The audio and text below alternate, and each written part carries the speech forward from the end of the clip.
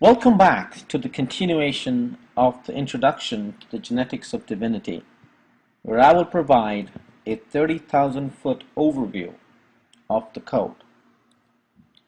What is this code of the genetics of divinity? Well, first of all, the code is completely scientific, absolutely logical, and mathematically precise in form and in function. You and everything else and everybody else that you personally know or don't know are part of a predefined grid of existence. On the previous slide, there was an illustration where two humans were shown to be part of a grid of existence. Now, since the code involves symbiotic collaborative relationships, that relationship between two partners can be from a person to a person to an inanimate object, a person to an animal, a person to a plant, an inanimate object to another inanimate object. Regardless of what and who the partners are in that symbiotic collaborative relationship, everything and everyone is part of a predefined grid of existence, and each of them perform a certain function. Each of them have a certain purpose. Nothing in existence exists without a purpose. And this code of the genetics of divinity describes the mechanics and operation of this grid. How did the grid come to be in the first place? How did the grid start? How did it evolve? How did it stabilize? And how is it expanding? And not only the how, but what ingredients in that grid are critical to its operation. All of that is described by the code. And it governs every aspect of existence, you included, just like everything and everybody else. When you follow the code, you can enjoy unbounded delight in life. Ignore the code, and you will experience unbounded plight in life. The code describes how existence came to be, how it evolved, and how it is even expanding today, and how everything has been designed, how existence, the architecture of existence is designed. All of that is explained by this code of the genetics of divinity. The code reveals the purpose, why you are here, why everything and everybody else are sharing a contemporary life experience. When we talk about life, we speak about a mortal, physical experience. But the code reveals immortality of the non-physical components of existence, as well as the mortality of the physical components of existence. But everything, be it physical or non-physical, has a definite purpose, why they are doing what they are doing, and what role they play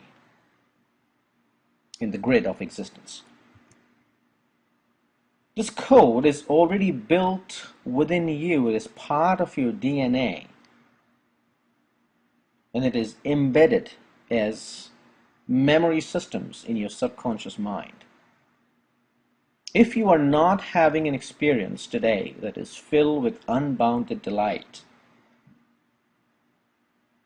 invariably the reason is because those memory systems have not surfaced from the subconscious mind into your conscious mind. Hence, you're not able to follow or apply the code of the genetics of divinity in your life experience. So the code, as you will learn, is already built in you. It's just lying dormant. And what we need to do, and what I will help you with, is to reactivate, rejuvenate those dormant memory systems and bring them up from the subconscious mind to your conscious mind. And when that occurs, your paradigms, your belief systems, what you believe to be true today would change. And that is the change that you need to experience a life filled with unbounded delight. Well, if you're not at that level yet, well, chances are that you need to look at something different.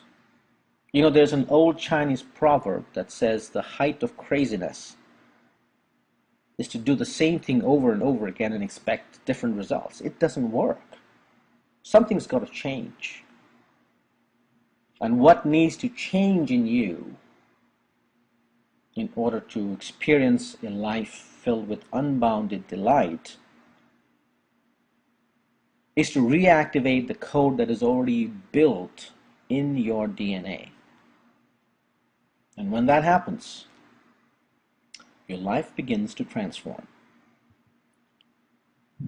So when you activate the code, you can literally watch your life transform to a new high as long as you follow the code. You know, it's one thing to have the knowledge, and it's a completely different thing to use it. You know, there's a saying, knowledge is power. Well, it's a lie because it is half truth. Knowledge is power only when you use it. So when you activate the code, you will have the knowledge, your consciousness will increase without a doubt, but you've got to take action. And when you take action, your life experience will, without fail, transform into a new high.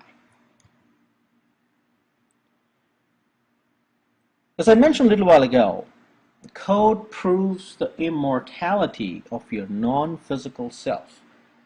Although your physical body is mortal, you have a non-physical body as well. That is not tangible. It doesn't give you tactile feedback. You can't see it. You cannot taste it. You cannot touch it. You cannot smell it. You cannot hear it. But you can feel your non-physical body. So the code of the genetics of divinity describes how the physical mortal body will go through a life experience which is bound by the dimension of time. So there's a past, a present, and a future, what we call a life cycle of the physical body that is mortal. And the code also describes the immortality of the non-physical part of your body, which is independent of the factor of time. And that is immortal, it is indestructible, it is pure energy. And as you know, energy can never be created or destroyed, it can only transform. So the code describes how that transformation occurs from physical to non-physical and back to physical. And each of these phases occurs for a specific, predefined purpose.